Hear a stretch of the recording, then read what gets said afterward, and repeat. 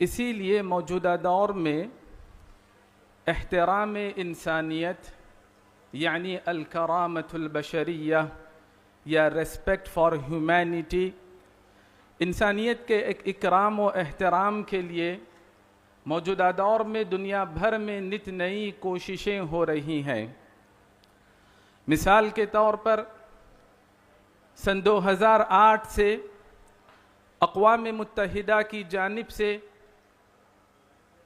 یہ کوشش کی جا رہی ہے کہ 19 اگست کو انسانیت کا ایک عالمی دن منایا جائے، اور مختلف یونیورسٹیوں میں ایک شعبے کا اضافہ کیا گیا، اور وہ شعبہ ہے انسانی علوم کا شعبہ۔ قومی اور بین الاقوامی سطح پر مختلف انسانی تنظیمیں قائم کی جانے لگی، یعنی احترام انسانیت کی موجودہ دور میں جو شکلیں ممکن تھیں ان تمام شکلوں کو اختیار کیا جانے لگا۔ عزیزان گرامی قدر، مختلف زبانوں میں، عربی میں، اردو میں، مختلف زبانوں میں آپ نے احترام انسانیت کے مختلف گوشے سنے۔ انتہائی اختصار کے ساتھ تکرار سے بچتے ہوئے کچھ گزارشات میں گوشے گزار کرنے کی سعادت حاصل کروں گا۔ سب سے پہلی بات میں یہ سمجھانا چاہوں گا کہ مختلف خطباء نے قرآن مجید کی ایک آیت بارہا یہاں پر دہرائی، وَلَقَدْ كَرَّمْنَا بَنِي آدم، یقیناً ہم نے انسانیت کو عزت بخشی۔ اس آیت کے حوالے سے میں امام ابن قدامہ رحمۃ اللہ علیہ اور امام شوکانی رحمۃ اللہ علیہ اور ان جیسے دیگر مفسرین کے حوالے سے یہ بات بتانا چاہوں گا کہ جس انسان کی اللہ نے عزت افزائی کی وہ انسان ایمان والا ہونا ضروری نہیں، محض انسانی اقدار پر اس کی تکریم کی گئی۔ ایمان سے محروم آدمی ہو یا ایمان کی نعمت سے مالا مال آدمی ہو، دونوں اس میں مساوی ہے۔ اور دوسری بات میں یہ بتانا چاہوں گا کہ آدمی کے اندر اگر انسانیت کما حقہ انداز سے پائی جانے لگے تو وہ آدمی انسان ہی نہیں بلکہ فرشتہ صفت انسان بن جاتا ہے۔ قرآن کی روح سے وہ فرشتوں میں بھی ایک نمایاں مقام، معزز اور ممتاز فرشتہ بن جاتا ہے، جیسا کہ کہا گیا ان ھذا الا ملک کریم۔ تیسری بات میں یہ سمجھانا چاہوں گا کہ جو آدمی انسانیت کا نہیں ہو سکا، جو آدمی انسانوں کا قدردان نہیں ہو سکا، جو آدمی انسانوں پر مہربان نہیں ہو سکا، وہ اللہ کا بھی نہیں ہو سکتا، وہ اللہ کا قدردان نہیں ہو سکتا۔ اللہ کے نبی صلی اللہ علیہ وسلم نے فرمایا لا یشکر اللہ من لا یشکر الناس۔ اس کے بعد میں آپ کے سامنے اس موضوع کے حوالے سے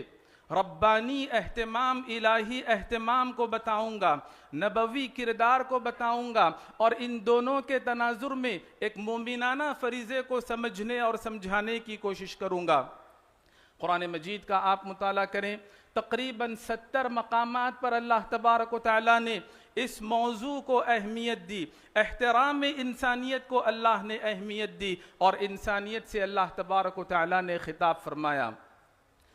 سب سے پہلے انسان ابو البشر آدم علیہ السلام، اللہ تبارک و تعالیٰ نے ان کی تکریم اس اعتبار سے بھی فرمائی کہ اپنے ہاتھوں سے اللہ نے انہیں وجود بخشا، اپنی مخلوق روح اللہ نے ان میں پھونکی، اور اللہ نے انہیں مسجود ملائکہ بنایا، اور اللہ نے انہیں جنت کا رہائشی بنایا۔ اللہ کے نبی صلی اللہ علیہ وسلم کی سیرت کے 2 دور ہیں، مکی دور ہے، مدنی دور ہے۔ مکی دور میں انسانی اقدار کی بنا پر نبی صلی اللہ علیہ وسلم نے صلہ رحمی کا اہتمام کیا، انسانی اقدار کی بنا پر مہمان نوازی کیا کرتے تھے، محض انسانی اقدار کی بنا پر مجبوروں کی دستگیری کیا کرتے تھے، اور محض انسانی اقدار کی بنا پر جو لوگ بے روزگار ہیں ان کے لیے لقمہ فراہم کیا کرتے تھے۔ جب مدینے میں تشریف لائے، مدنی دور شروع ہوا، تو اس وقت ببانگ دوہل ڈنکے کی چوٹ پر علی الاعلان یہ بات بتا دی کہ یہاں اقربا پروری نہیں چلے گی، یہاں حسب نسب کا دخل نہیں، یہاں خاندان قبیلے کو اہمیت نہیں دی جائے گی، کسی بھی عصبیت اور عنصریت کا یہاں پر چلن نہیں ہوگا، رنگ روپ کو یہاں پر اہمیت نہیں دی جائے گی۔ اگر کسی کو اعزاز اور امتیاز حاصل ہے، اسلام کے یہاں، اس مسلمانوں کے یہاں کسی کو فضیلت اور فوقیت حاصل ہے، برتری اور بہتری حاصل ہے، تو وہ محض تقوی شعاری اور پرہیزگاری کی بنا پر ہے۔ اللہ کے نبی صلی اللہ علیہ وسلم نے مکی دور میں بھی اور مدنی دور میں بھی انسانی اقدار کو بڑی اہمیت دی۔ اب ہمارا مومنہ فریضہ یہ بنتا ہے کہ انسانیت کی بنا پر صبر و تحمل سے کام لے، مومنوں کے درمیان، انسانوں کے درمیان ملنساری کا معاملہ کریں، کیونکہ وہ مومن اللہ کے یہاں بڑا محبوب ہے، وہ مومن اللہ کے یہاں بڑا محبوب اور پسندیدہ ہے، اس میں خیر کی شرح، خیر کا تناسب بہت زیادہ پایا جاتا ہے۔ جو انسانیت کو اہمیت دیتے ہوئے صبر و ضبط کے ساتھ ملنساری کا مظاہرہ کرتا ہے، لیکن اگر کوئی آدمی یہ رویہ اختیار نہ کرے تو اس میں ایمان کی کمی اور کمزوری پائی جاتی ہے۔ عزیزان گرامی قدر، بارہا ہم نے یہ روایت سنی کہ یہودی کے جنازے کے سامنے، یا یہودی کا جنازہ جب گزر رہا تھا تو اللہ کے نبی صلی اللہ علیہ وسلم نے محض انسانی اقدار پر اس کی تکریم فرمائی، کھڑے ہو گئے، جبکہ قرآن نے یہود کے حوالے سے یہ بات بتائی کہ اہل ایمان کے لیے شدت عداوت میں یہود بڑے معروف ہے، شدت عداوت کے باوجود نبی صلی اللہ علیہ وسلم کا یہ رد عمل رہا۔ برادران وطن کے تعلق سے یہ روایت ہمارے لیے مناسب ہے، اور اس کے ساتھ ساتھ مذہبی جذبات کے تناظر میں میں دو چار نکات آپ کے سامنے رکھوں گا۔ سب سے پہلی بات یہ ہے کہ جب بحث و مباحثہ کیا جائے، مذہبی گفتگو کی جائے، تبادلہ خیال کیا جائے تو دین اسلام اس سے منع نہیں کرتا، دین اسلام نے گفتگو کرنے کی اجازت دی، لیکن خاص طور پر جب مذہبی گفتگو ہو تو احترام متبادل کا خیال رکھنا چاہیے، وسعت نظری اور اعلیٰ ظرفی کا خیال رکھنا چاہیے۔ اہل کتاب سے گفتگو کا جب حکم دیا گیا تو عمدگی کے ساتھ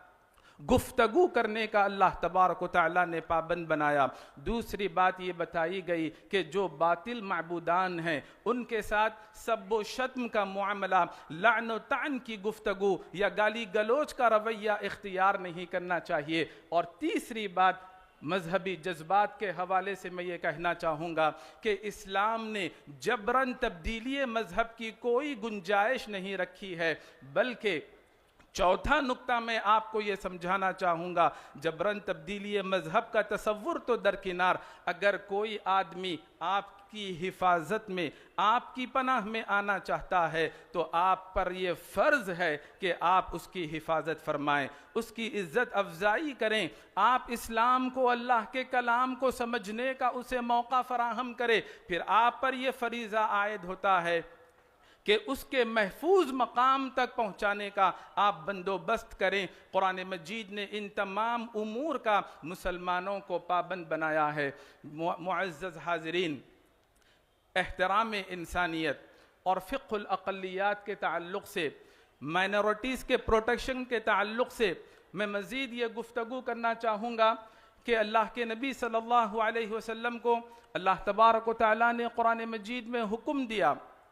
بالخصوص اہل کتاب کے درمیان جب فیصلے کرنے کی بات آئی تو یہ پابند بنایا کہ جب آپ ان کے درمیان فیصلہ کریں تو عدل و انصاف کے تقاضوں کے ساتھ فیصلہ کریں۔ اور میں اور ایک روایت اقلیات کے حوالے سے، آپ یہ نہ سمجھیں کہ امت ہو اور دوسرے افراد اقلیت میں ہو، اللہ کے نبی صلی اللہ علیہ وسلم نے فرمایا کہ خبردار،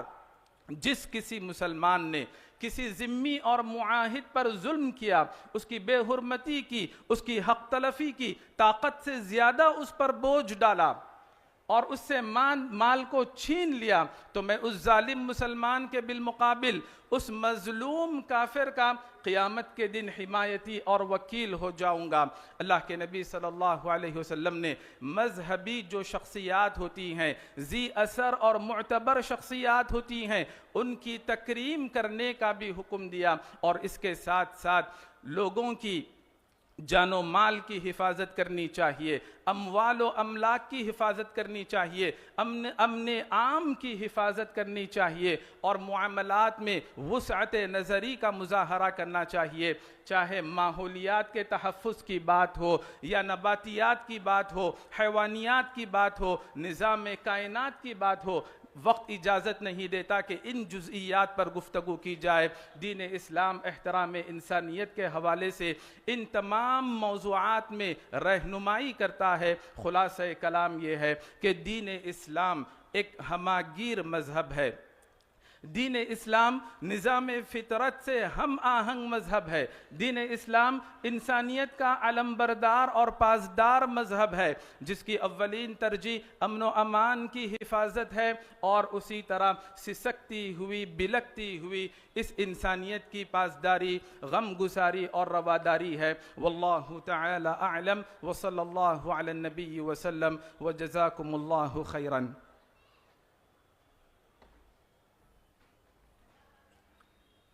جزاک اللہ خیر الجزا۔